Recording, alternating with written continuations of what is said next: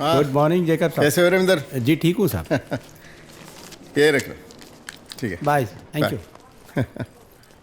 പപ്പ എന്തിനാ അയാൾക്ക് എപ്പോഴും കാശ് കൊടുക്കുന്നത്? അയാൾക്ക് കെട്ടിക്കാൻ പ്രായത്തിലുള്ള ഒരു മോളുണ്ടോ? പിന്നെ ഈ 10 ദിർഹംസ് വെച്ചിട്ട് അയാൾ മോളെ കെട്ടിക്കാൻ പോലെ. ഇവിടുത്തെ ചെലവും വാടകയൊക്കെ കഴിഞ്ഞിട്ട് ചെറിയ പൈസ അയാൾക്ക് നാട്ടിലേക്ക് അയക്കാൻ പറ്റുള്ളൂ. ഇയാളുടെ മോള് നല്ല അസാധ്യമായിട്ട് വരയ്ക്കും. പക്ഷേ അവളെ പഠിപ്പിക്കാനൊന്നും അയാളെ കൊണ്ട് പറ്റുന്നില്ല. 100 കൂട്ടം പ്രശ്നങ്ങളാണ്. ഈ തണുപ്പത്ത് അവനൊരു ചായയെങ്കിലും കുടിക്കട്ടാ. പപ്പ എന്നാ പിന്നെ അയാളുടെ മോളെ ഞാനും കെട്ടിയാലോ? അയാൾ സമ്മതിക്കുമെന്ന് തോന്നുന്നില്ല. ഓക്കെ, ആർക്ക് പോയി? അയാൾക്ക് പോയി. ഈ ബിസിനസ് മീറ്റിങ്ങിന് നമ്മളെപ്പോഴും രാവിലെ തന്നെ പോകണം. രാവിലെ ആകുമ്പോൾ എല്ലാവരും നല്ല ഫ്രഷ് ആയിരിക്കും, പോസിറ്റീവ് ആയിരിക്കും, മനസ്സിലിത്തിരി നന്മയൊക്കെ ഉണ്ടാവും. ഈ നന്മ നമുക്ക് ഒരുപാട് ഗുണം ചെയ്യും. ആരെ കാണാൻ പോകുമ്പോഴും നമ്മൾ അയാളെക്കുറിച്ച് നല്ല ഡീറ്റെയിൽ ആയിട്ട് സ്റ്റഡി ചെയ്യണം. ഈ ചീട്ട് കൊട്ടാരം പോലെ തകർന്നിരിക്കുമ്പോഴും എതിരെ നിൽക്കുന്ന ആളുടെ കണ്ണിൽ നോക്കി നല്ല ഫുൾ കോൺഫിഡൻസിൽ സൂര്യന് താഴെ എന്തിനെക്കുറിച്ചും കൺവിൻസിംഗ് ആയിട്ട് സംസാരിച്ച് കച്ചവടം ചെയ്യാൻ അറിയുന്നവനാണ് യഥാർത്ഥ ബിസിനസ് മാൻ. ഈ യൂസഫ് അലിയൊക്കെ പോലെ അല്ലേ? യൂസഫ് അലിയെ പോലെ അല്ലടാ, നിന്റെ അപ്പനെ പോലെ.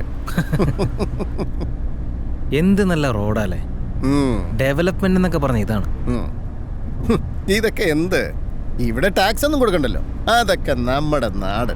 നമ്മുടെ കയ്യിൽ നിന്ന് ടാക്സ് ഒക്കെ വാങ്ങി റോഡിലെ കുണ്ടും കുഴിയൊക്കെ അങ്ങനെ മെയിൻറ്റെയിൻ ചെയ്ത് ഒരു പഴയ KSRTC ബസ്സിൽ ഇങ്ങനെ ഡുഗു ഡുഗു ഡുഗു ഡുഗു എന്ന് പറഞ്ഞ് പോണം.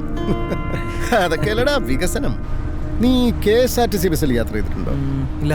ഇനി നാട്ടിൽ പോകുമ്പോൾ നമുക്കൊന്ന് കയറാം. ഒരു മലയാളി ആവണമെങ്കിൽ ലൈഫിൽ ഒരു തവണയെങ്കിലും ഒരു KSRTC ബസ്സിൽ കയറിയിരിക്കണം.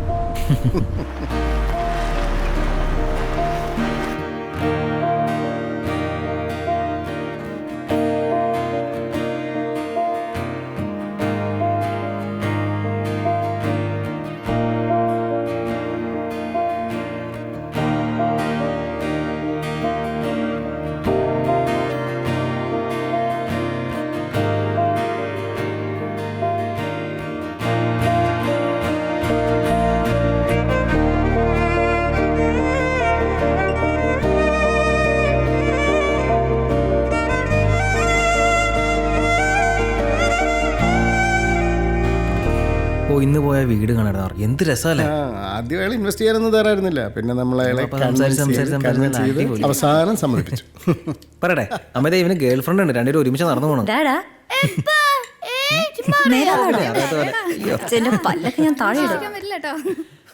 Principles announcement. നമ്മുടെ കുടുംബത്തിൽ നിന്ന് ആദ്യമായിട്ട് ഒരാൾ MBBS ചേരാൻ പോകുന്നു. നല്ല വിവരവും വെള്ളിയാഴ്ചയുമുള്ള ഒരു ഡോക്ടറായിട്ട് അവൾ തിരിച്ചു വരട്ടെ എന്ന് നമ്മൾ പ്രാർത്ഥിക്കുന്നു. ഈ ഡിന്നർ ഞാൻ എൻ്റെ അമ്മുക്കുട്ടിക്ക് ഡെഡിക്കേറ്റ് ചെയ്യും. പിന്നെ എല്ലാവരോടും ഒരു കാര്യം, മറ്റന്നാളാണ് അമ്മ ഇവിടുന്ന് പോകുന്നത്. നാളെ ഒരു ദിവസം നമ്മൾ എല്ലാവരും ഫാമിലിക്ക് വേണ്ടി മാറ്റിവെക്കുന്നു. നമ്മൾ ഒരുമിച്ച് പുറത്തു പോകുന്നു. Cinema, shopping, dessert drive, belly dance. അത് വേണ്ട ചായ.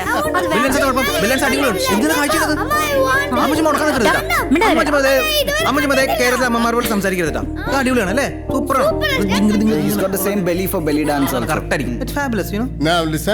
നമുക്ക് എന്ത് വേണമെങ്കിലും ചെയ്യാം, പക്ഷേ നാളെ നോ അതർ പ്ലാൻസ്. ഫ്രണ്ട്സുമായിട്ട് പുറത്തു പോകുന്ന പരിപാടി ഇല്ല. അത് നിന്നെ ഉദ്ദേശിച്ച, നിന്നെ മാത്രം ഉദ്ദേശിച്ച. അമ്മ മാറി, ഞാൻ കഴുകാം. ഞാൻ കഴുകാളവിടെ. മുത്തന്തേ നീ അവിടെ ഉണ്ട്. എന്താ നീ നിങ്ങൾ വന്നേ, വാടാ. ആ വാതിലും കടച്ചേരെ.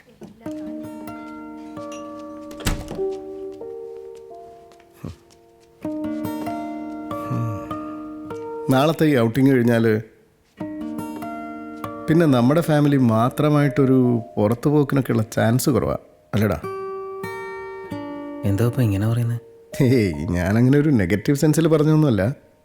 അമ്മു ഇനിയിപ്പോൾ വെക്കേഷൻസിനൊക്കെ മാത്രമല്ലേ വരുള്ളൂ.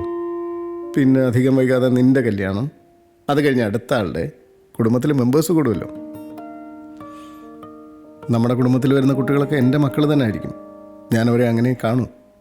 പക്ഷേ എന്തൊക്കെ പറഞ്ഞാലും ഞാൻ ഉണ്ടാക്കിയെടുത്ത എൻ്റെ കുടുംബം ഇതല്ലടാ. നിനക്ക് ഞാനൊരു സാധനം തരാം.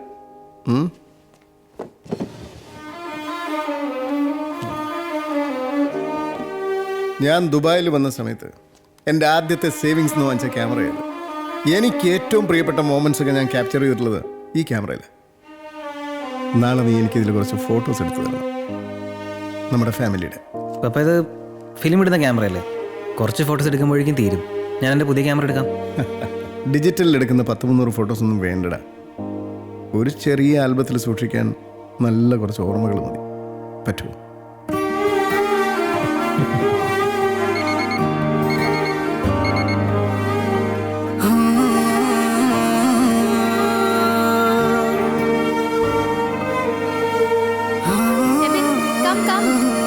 ഇങ്ങോട്ട് ഇറങ്ങാം, നിനക്ക് മാത്രം കുളിച്ചാൽ മതിയോ?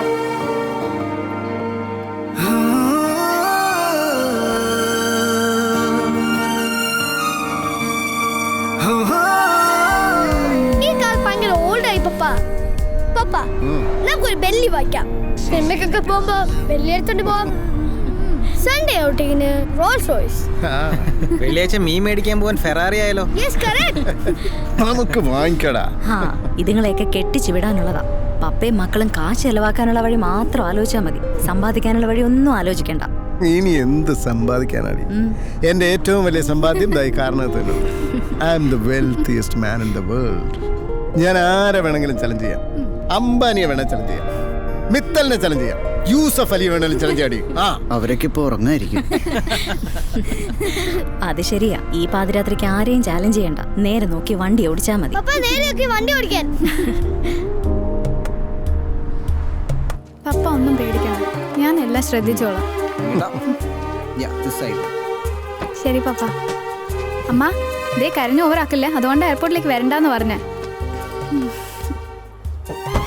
ശരി അമ്മ. ചെന്നിട്ട് ഫ്രണ്ട്സിൻ്റെ ഒക്കെ നമ്പർ അയച്ചാട്ടോ. വായി നോക്കി. ബൈ. Bye Jerry. പോട്ടടാ മത്തേ. ഓക്കെ അമ്മു. പപ്പ ദേ കൂളിംഗ് ഗ്ലാസിന്റെ ഇടയിൽ കൂടി മഴ ചോരുന്നുണ്ടേ. ഇപ്പൊ എന്നെ പറഞ്ഞ വെറുതെ ആയില്ല. ബൈ. ശരി ബൈ.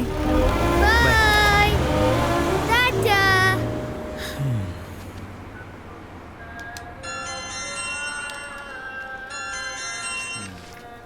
ഹലോ. ന്യൂസ് കണ്ടോ? ഇല്ലടാ, എന്ത് പറ്റി? വാർത്തകൾ വിശദമായി. ലോകമെങ്ങും സാമ്പത്തിക മാന്ദ്യത്തിന് ആക്കം കൂട്ടിക്കൊണ്ട് അമേരിക്കൻ ഓഹരി വിപണി തകർന്നടിഞ്ഞു. 1987 കനത്ത സാമ്പത്തിക തകർച്ചയ്ക്ക് ശേഷം അമേരിക്കൻ വിപണിയിലുണ്ടായ ഏറ്റവും വലിയ ദുരന്തമാണ് ഇന്നത്തേത്. ലോക മുതലാളിത്ത സാമ്പത്തിക വ്യവസ്ഥയ്ക്ക് തന്നെ ഇന്നൊരു ദുരന്ത ദിനമാണെന്ന് വിദഗ്ധർ വിലയിരുത്തുന്നു. അമേരിക്കയിലും ബ്രിട്ടനിലും ബാങ്കിംഗ് രംഗത്തുണ്ടായ കനത്ത തകർച്ചയുടെ ആഘാതം ഗൾഫ് നാടുകളിലും അലയടിക്കുമെന്നാണ് സൂചന. കെട്ടിട നിർമ്മാണ മേഖല, റിയൽ എസ്റ്റേറ്റ്, ഒപ്പം ബന്ധപ്പെട്ട് കിടക്കുന്ന മറ്റു തൊഴിൽ മേഖലകൾ, ഇവയെല്ലാം വലിയ പ്രതിസന്ധി നേരിടാൻ സാധ്യതയുണ്ടെന്ന് സാമ്പത്തിക വിദഗ്ധർ വിലയിരുത്തുന്നു.